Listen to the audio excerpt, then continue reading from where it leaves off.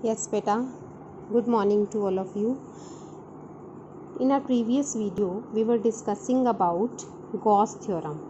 Gauss theorem में हमने पढ़ा कि क्या होता है कि total electric flux through a closed surface, which can be written as E dot ds integral also, it can be written as equal to total charge enclosed in that surface divided by epsilon naught. This we have discussed in our previous class. Now we are going to discuss about applications of Gauss law. Gauss theorem, Gauss law किस लिए use होता है बेटा? Actual में ये use होता है to find the value of electric field. Electric field का वैल्यू जो हमने कूलम लॉ से भी कैलकुलेट किया था कि अगर हमें कोई भी चार्ज डिस्ट्रीब्यूशन गिवन है, कोई पॉइंट चार्ज है, कोई लीनियर चार्ज है या कोई surface charge distribution, any kind of charge distribution is given to us and we have to find the value of electric field due to this distribution. तो ये distribution का electric field हमने Coulomb law से calculate कर लिया था. But if without using Coulomb law we want to find the value of electric field, then we can use Gauss theorem. क्योंकि कई बार ये स्पेशली मेंशन हो जाता है कि विदाउट यूजिंग गॉस थ्योरम या विदाउट यूजिंग कूलम थ्योरम हमें ये यूज़ करना है, value of find electric field find out करना है, तो वही पर्टिकुलर से हमें फाइंड आउट करना पड़ेगा. तो गॉस थ्योरम से हमें इलेक्ट्रिक फील्ड फाइंड आउट करना है. एप्लीकेशंस हैं इसकी. First application is find the value of electric field due to a line charge distribution. Line charge distribution या हम कह सकते हैं कि due to an infinitely long wire of charge. Infinitely long wire of charge. तो जहाँ पे ये लॉन्ग वर्ड यूज़ हो रहा है, लीनियर वर्ड यूज़ हो रहा है, वहाँ पर हमें पता है कि कौन सा डिस्ट्रीब्यूशन यूज़ होगा. लीनियर चार्ज डिस्ट्रीब्यूशन लैम्डा वाला यूज़ होगा. Suppose this is a length of wire of length L having a total charge Q distributed over it. हमें इस चार्ज डिस्ट्रीब्यूशन का इलेक्ट्रिक फील्ड फाइंड आउट करना है. Suppose at this point P using Gauss theorem. अब हमें पता है कि गॉस थ्योरम एप्लीकेबल तभी होता है जब हमारे पास एक क्लोज्ड सरफेस अवेलेबल हो, और क्लोज्ड सरफेस अगर नहीं हो तो हमें वो ड्रॉ करना पड़ता है. That is called Gaussian surface. This we have discussed in our previous class. अब लीनियर चार्ज डिस्ट्रीब्यूशन का गॉसियन सरफेस होता कैसा है? वो एक सिलेंड्रिकल सरफेस होता है. This also we have discussed. जैसे suppose this P point is at a distance R from this charge distribution. तो इस P पॉइंट को कंसीडर करते हुए, इसे एनक्लोज करते हुए इक्वी डिस्टेंट इधर भी कोई पॉइंट ले लिया जिस पर same value of electric field exist करेगा. इन दोनों पॉइंट्स को कंसीडर करते हुए जो सरफेस बनता है that is a cylindrical surface. This is our Gaussian surface या क्लोज्ड सरफेस जो कि हमारा रिक्वायर्ड था. ठीक. अब हमें P पॉइंट पर इलेक्ट्रिक फील्ड फाइंड आउट करना है. We know that value of electric field is away from the positive charge. तो P पॉइंट से जो फील्ड एग्जिस्ट करेगा P पॉइंट पर that will be towards this direction. अब हमें पता है कि E dot ds is equal to Q by epsilon naught. Now using Gauss theorem E dot ds over a closed surface is equal to Q by epsilon naught. हमें ये find out करना है. और कॉज सिलेंड्रिकल सरफेस है, cylindrical surface के with respect to हमें एक small area element consider करना है. स्टूडेंट्स, किसी भी सिलेंडर के पास, ये जैसे एक सिलेंडर है, this pencil is in cylindrical form. किसी भी सिलेंडर के पास जो एरिया होता है, टोटल एरिया, वो 3 फॉर्म्स में डिवाइडेड होता है. 2 इसके सर्कुलर फेसेस हैं और एक इसका ये कर्व्ड सरफेस एरिया है. जैसे 2 इसके ये सर्कुलर फेसेस हैं अप एंड डाउन वाला, और एक इसका ये कर्व्ड सरफेस एरिया है सिलेंडर का. ओके. तो इस टोटल एरिया को हम 3 एरियाज में डिवाइड कर सकते हैं. E vector dot ds1 ds2 ds3 over this closed surface is equal to Q by epsilon naught. अब ds1 ds2 ds3 क्या हैं? 3 स्मॉल एरिया एलिमेंट्स हैं ऑफ दीज 3 एरिया एलिमेंट्स. एक एरिया ये है, सपोज दिस इज S1, इसका small area element ले लिया, दिस इज ds1.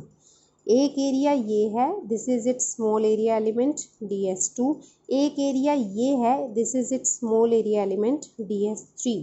लेकिन हमें DS1, 2, 3 नहीं चाहिए, हमें एरिया वेक्टर्स चाहिए, DS1 vector, 2 vector and 3 vector. और किसी भी एरिया का एरिया वेक्टर हमेशा नॉर्मल डायरेक्शन में एक्ट करता है, ये बात भी हमने पढ़ ली थी। जैसे ये DS1 है तो इसका जो एरिया वेक्टर होगा that will be in outward normal this direction, so this will be DS1 vector. Similarly, if this is DS2, then this is DS2 vector. Similarly, if this is DS3, then this will be the direction of DS3 vector. Okay, तो DS1 vector, 2 vector and 3 vectors हमने यहाँ पर draw कर लिए। तो अब यहाँ पर हमारे पास डॉट प्रोडक्ट है 3 वेक्टर्स के साथ। डिस्ट्रीब्यूटिव प्रॉपर्टी यूज़ करेंगे, इंटीग्रेशन सेपरेट हो जाएगा, E dot DS1 plus E dot DS2 plus E dot DS3 integration is equal to Q by epsilon naught. Now this dot product of two vectors का formula खोलेंगे। Dot product क्या होता है? First vector magnitude, second vector magnitude, cos of angle between them.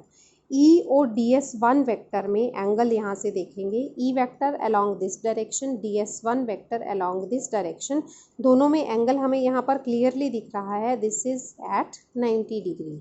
सो ई और DS1 में angle क्या बन रहा है? 90 degree.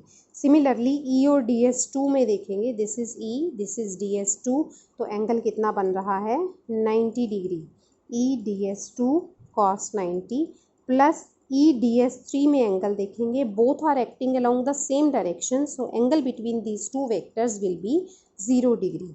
So E DS3 cos 0 is equal to Q by epsilon naught. Okay, अब cos 90 हमें पता है 0 होता है, cos 90 0 होता है, cos 0 1 होता है। So these two terms will become totally 0, 0 plus 0 0, तो हमारे पास रिजल्ट में सिर्फ ये वाला टर्म बचेगा।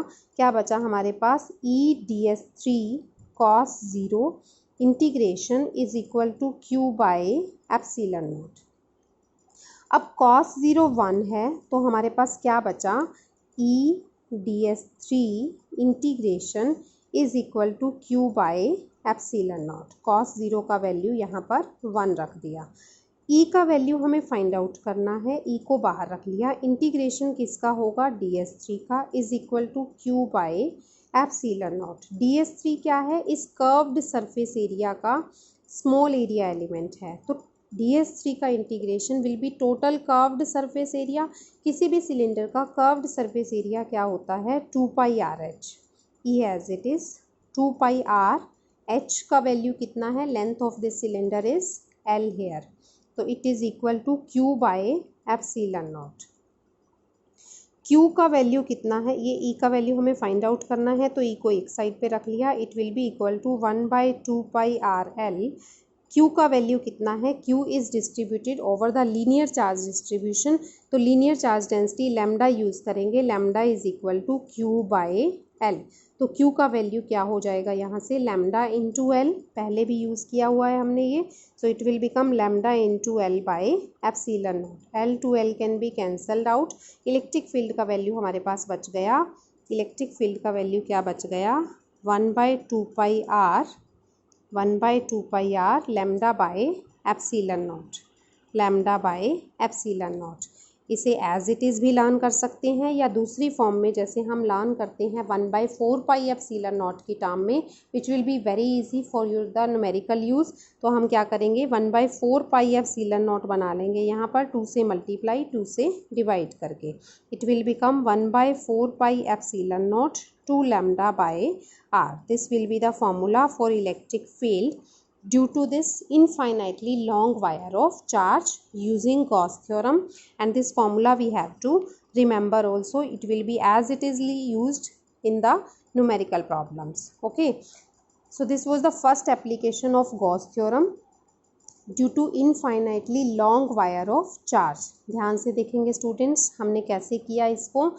एक लीनियर चार्ज डिस्ट्रीब्यूशन लिया, इसका गॉसियन सरफेस बनाया, गॉसियन सरफेस के लिए गॉस थ्योरम लगा दिया। Total area of the cylindrical surface is divided into 3 faces, 3 faces का स्मॉल एरिया एलिमेंट शो कर दिया, एरिया वेक्टर्स शो कर दिए, और यहाँ पर वेक्टर्स प्रोडक्ट की प्रॉपर्टी को यूज़ करके हमने ये कैलकुलेशन कर लिया।